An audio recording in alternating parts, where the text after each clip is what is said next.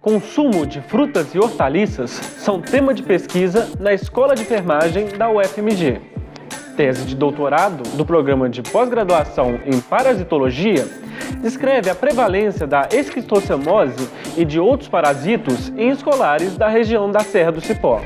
Está no ar o Logia.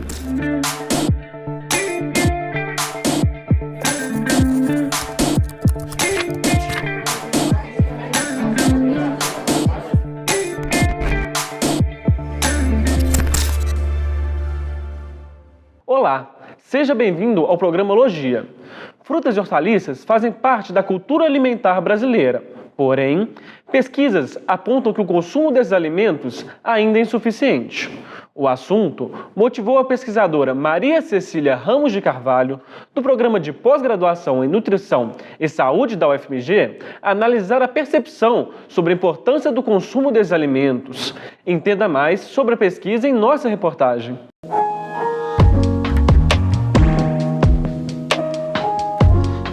O consumo de frutas e hortaliças traz diversos benefícios à saúde. No entanto, no Brasil, o consumo é inferior ao recomendado pelo Ministério da Saúde. Motivada por essa percepção, Maria Cecília Ramos desenvolveu pesquisa de mestrado na UFMG. Atualmente, o cenário do consumo desses alimentos no Brasil e no restante do mundo é desfavorável. No mundo, a gente tem resultados de estudos que mostram que mais da metade dos adultos tem um consumo baixo desses alimentos. E aqui no Brasil, o Ministério da Saúde faz um monitoramento, não só do consumo de alimentos, mas de outros comportamentos em saúde da população. E ele tem mostrado um consumo baixo desses alimentos e um consumo pouco frequente também. Ou seja, a maior parte da população adulta consome esses alimentos menos de 5 vezes na semana e, quando consome, é uma quantidade insuficiente ao longo do dia. Na pesquisa, Maria Cecília analisou como os métodos de intervenção nutricional afetam o consumo de frutas e hortaliças dos indivíduos. Muitas vezes, são percepções diferentes entre o que realmente consomem e o que consideram consumir. A gente tem várias propostas de intervenção sobre o consumo de frutas e hortaliças. Isso é reforçado em documentos internacionais e em documentos do Ministério da Saúde também. Porém, as metodologias de intervenção sobre o consumo desses alimentos ainda não têm sido muito efetivas. E uma problemática que nós encontramos é que a percepção que o indivíduo tem sobre o seu consumo de frutas e hortaliças, sobre a adequação ou não desse consumo, pode interferir na sua resposta às intervenções. O indivíduo pode ser menos motivado, por exemplo, se ele acredita que o consumo dele já é adequado, mesmo que o consumo dele ainda seja muito baixo. O resultado da minha dissertação faz parte de um projeto maior, que é conduzido pelo Grupo de Pesquisa de Intervenções em Nutrição. E dentro desse projeto nós desenvolvemos, aplicamos e avaliamos um conjunto de intervenções, de atividades educativas, para incentivar o consumo de frutas e hortaliças em um serviço de promoção da saúde aqui em Belo Horizonte. Com os dados da primeira avaliação dos indivíduos que participaram dessa intervenção, nós encontramos uma prevalência importante de percepção equivocada do consumo de frutas e hortaliças. Ou seja, existia uma discordância importante entre o que o indivíduo considera que é o seu consumo de frutas e hortaliças e o que de fato ele consome. Segundo Maria Cecília, a maioria das pessoas avaliadas com a percepção discordante consideravam o consumo suficiente, quando na verdade estava muito abaixo do recomendado. Mas o que determina o comportamento alimentar dos indivíduos? O comportamento alimentar está sujeito a influências diversas, que vão desde as influências biológicas, de idade, necessidades nutricionais do indivíduo. O peso e a altura vão levar a necessidades nutricionais diferentes, que vão levar a comportamentos distintos de escolha de alimentos. A cultura tem um peso muito grande sobre o comportamento alimentar. E também o comércio, o acesso aos alimentos, as crenças que o indivíduo tem sobre a alimentação saudável são uma influência importante sobre o comportamento alimentar. O acesso que ele tem aos alimentos, o acesso à informação sobre alimentos também e as preferências. Após a intervenção, os resultados encontrados na pesquisa apontam que pessoas com percepção discordante tendem a manter o nível de motivação para consumo de frutas e hortaliças. nós chegamos à conclusão de que é preciso problematizar a percepção não só com esses indivíduos que têm a percepção discordante, mas é preciso que todo o grupo participante de uma intervenção educativa tenha essa problematização do seu consumo de frutas e hortaliças para poder refletir melhor sobre o consumo desses alimentos e, a partir disso, os profissionais conseguirem trabalhar melhor quais são as barreiras e as motivações para esses indivíduos mudarem o seu consumo alimentar.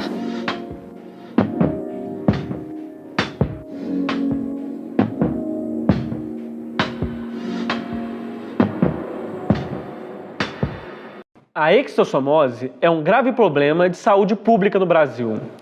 Segundo a Organização Mundial da Saúde, a doença, causada pelo parasita Schistosoma mansoni, integra a lista de doenças tropicais negligenciadas no país.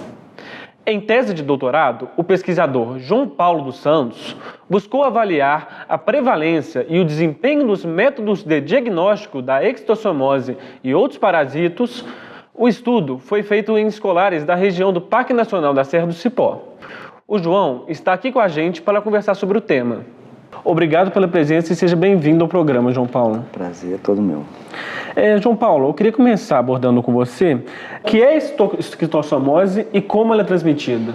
Bem, a esquistossomose é uma parasitose decorrente da presença de vermes adultos da espécie Schistosoma mansoni nos vasos mesentéricos dos humanos. Após a liberação dos ovos, após o acasalamento e a oviposição, os ovos não eliminados geralmente se depositam nas paredes do intestino e do fígado, e outras formas ectópicas podem garantir a gravidade da enfermidade. E como ela é transmitida? Existem dois ciclos, né? Um ciclo no ambiente e um ciclo nos seres humanos. Os ovos eliminados nas fezes pelos adultos, pelo hospedeiro definitivo humano, esses ovos aí com as chuvas podem ir para coleções hídricas, e nessas coleções hídricas, com a presença dos moluscos, são 3 principais espécies, ele libera uma forma que é infectante para esse molusco, e aí após uma reprodução desses moluscos, libera a forma que é infectante para os humanos, uma forma de cercária que penetra na pele, e aí tem todo o processo de maturação até eles se juntarem novamente lá nas veias mesentéricas do sistema porta. João, na sua tese você também estudou as formas de diagnóstico das doenças. Qual foi o motivo disso? O motivo principal foi que houve uma transição, né, na morbidade da esquistossomose. O teste recomendado pela Organização Mundial de Saúde, um teste parasitológico de Catucates, utilizado desde a década de 1970, ele era recomendado para áreas de média e alta prevalência. Então, a partir das estratégias do programa, essas áreas deixaram de ser áreas de média e de alta prevalência e tornaram áreas de baixa prevalência. E a sensibilidade do método reduziu muito. Por isso, a necessidade de ou se inovar em relação ao método, né, uma inovação tecnológica, ou de métodos mais sensíveis para a detecção da presença da infecção. Por quais doenças a doença ainda é vista como um grave problema de saúde pública aqui no Brasil?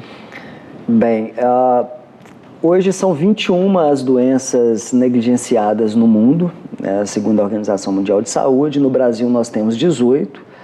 E se a gente observar os avanços, né, houve uma declaração de Londres no ano de 2012, onde foi firmado um convênio para a eliminação de pelo menos 10 dessas 18 doenças negligenciadas na região das Américas, incluindo o Brasil. E entre essas doenças, a esquistossomose é a que enfrenta a maior dificuldade, porque essa estratégia era até o ano de 2020. E ela é a que tem, né, o menor ganho em relação no caminho da eliminação. Isso devido principalmente a questões de saneamento, também de diagnóstico e de tratamento de pessoas doentes. O tratamento clínico das pessoas que já têm as formas mais graves. Ou aquelas pessoas também que continuam sem detecção, né, da infecção e continuam como prováveis pessoas capazes de manter o ciclo no ambiente. E para você, o que falta para o Brasil eliminar essas doenças, em especial a extossomose? Para mim falta, no geral, todos os problemas passam pela economia, né? A inovação, para, né, se investir em pesquisa é necessário ter recurso. Então, a redução de recursos, a falta de atrativos para que essas pesquisas sejam desenvolvidas, aliado ainda à negligência nas regiões já sabidamente endêmicas. Os programas de controle, eles não funcionam de forma regular, mesmo que seja a partir do método recomendado. Então, a gente precisa inovar em ciência e tecnologia de verdade. A partir da observação de que uma tecnologia ela é melhor que aquela tecnologia já ultrapassada, a gente precisa já implantar essa tecnologia e fazer uma observação. A gente não pode esperar mais 30 anos para fazer essa mudança, porque aí a gente empurra a situação para uma situação que hoje se torna difícil de fazer um controle. Em sua pesquisa você também analisou, coisa que você já citou aí, que a doença passou por essa mudança no perfil epidemiológico. Eu queria entender mais o porquê disso. A mudança é justamente essa situação de deixar a redução, né, de áreas de baixa e de alta endemicidade para áreas de baixa endemicidade, também se deu pela redução da carga parasitária. O programa de controle, onde ele funcionou de forma ativa, o tratamento, né, a quimioterapia em massa dessas populações fez com que essa carga parasitária fosse reduzida. E isso é que dificulta a sensibilidade do método que é utilizado até hoje pelo programa de controle. Frente a vários desafios, várias linhas já no sentido de ter métodos mais sensíveis que esse método na prática. Ele não é um método que a gente pode chamar de padrão ouro. A gente precisa inovar que seja no método parasitológico, um método que seja um padrão ouro e de fácil aplicabilidade na prática. E, João, por que a escolha da região do Parque Nacional da Serra do Cipó para a realização dessa pesquisa? O Parque Nacional da Serra do Cipó, primeiramente, por eu ser nativo, trabalhar em um dos municípios que o compõem e saber bem das histórias que a estossomose né, as histórias passadas, né, e as histórias recentes também, de todas as dúvidas que se tem a respeito da xistose nessa região. Porque somente um desses municípios, Jaboticatubas, faz o programa de controle da estossomose de forma regular e ininterrupta desde a década de 80. Os outros municípios fazem de forma irregular, mas a gente nota a presença de pessoas infectadas sem querer afirmar que essas pessoas podem ter se infectado nessas regiões. E qual foi a metodologia utilizada na pesquisa? A metodologia, a gente usou o método recomendado pela Organização Mundial de Saúde, porém a gente confeccionou 6 lâminas de uma amostra de fezes. Hoje o programa de controle confecciona uma lâmina do método, de uma amostra. Então a gente já aumenta a sensibilidade, a probabilidade, a sensibilidade desse método, fazendo 6 lâminas. E aí a gente também utilizou um teste rápido na urina, que é o POC-CCA, Esse teste ele já foi testado em áreas de média e alta prevalência, principalmente na região da África. Se mostrou um método muito bom e tinha necessidade de fazer esse teste, aplicar esse exame aqui em áreas de baixa endemicidade, né? E aí também a gente fez um teste sorológico, uma parceria com uma empresa alemã, um ELISA, para dosagem de anticorpos de antígenos de ovos do Schistosoma mansoni. Então a gente detectou a presença desses anticorpos nesses alunos, né? Nesses indivíduos. E, João Paulo, qual foi o resultado que você encontrou, tanto da prevalência quanto dos resultados dos métodos diagnósticos da esquistossomose na pesquisa? No geral, nós encontramos, pelo método parasitológico, na região do Parnacipó, nós encontramos uma prevalência baixa, uma prevalência de aproximadamente 1,5%. Em relação ao método do teste de urina, um dos problemas, né, desse teste de urina é que muitas pessoas reagem fracamente, muitos indivíduos apresentam um traço na marcação da banda da fita, e aí, pela indicação do fabricante, eles devem ser considerados positivos. Então a gente encontrou um alto percentual de positividade por esse método. Quando a gente elimina esse traço dessa amostra, a gente nota que essa área passa a ser uma área de moderada transmissão, e com a sorologia a gente pode inferir, né, que a área, né, existe um indício de que essa área seja uma área de moderada transmissão pela presença da infecção ou não, porque esse tipo de exame ele só demonstra que a pessoa teve contato com o antígeno do verme. Então mas já é um teste bastante utilizado e recomendado para rastreio de populações, né? Para inquéritos da esquistossomose e aí das populações. E o que se concluiu na sua análise? A gente conclui que a região do Parnacipó não está livre da presença, considerando os 4 municípios, né? A gente tem 2 municípios, a gente tem pelo menos um município, né, que está livre da infecção. A gente não conseguiu detectar ninguém, nem no teste sorológico, somente nesse teste de urina, mas todos reagindo fracamente. Então isso é uma região que a gente considera limpa desses. A gente tem uma região que apresentou no teste sorológico e também no teste de urina um município que apresentou a presença. A gente pode dizer que pode ser que tenha transmissão nessa região. Aí a gente tem o distrito de Serra do Cipó, onde esses colares foram avaliados. A gente observou indícios aí pelo exame sorológico de que, né, que esse verme pode estar sendo veiculado nessa região, não necessariamente nas coleções hídricas da região. E em Jaboticatubas a gente já sabe que é uma área endêmica, né?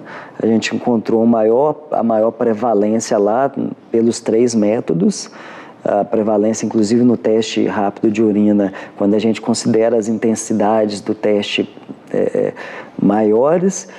E aí a gente conclui que essa é uma área, né, pelo estudo longitudinal que foi feito, a reavaliação dos negativos, que é uma área que tem fortes indícios para a transmissão ativa. A gente não pode afirmar isso para os restantes dos municípios. Bom, João Paulo, infelizmente nosso tempo acabou. Eu queria te agradecer novamente pela presença no programa e te parabenizar pela pesquisa. Muito obrigado. O Logia desse mês termina agora. Muito obrigado pela companhia e até o próximo programa.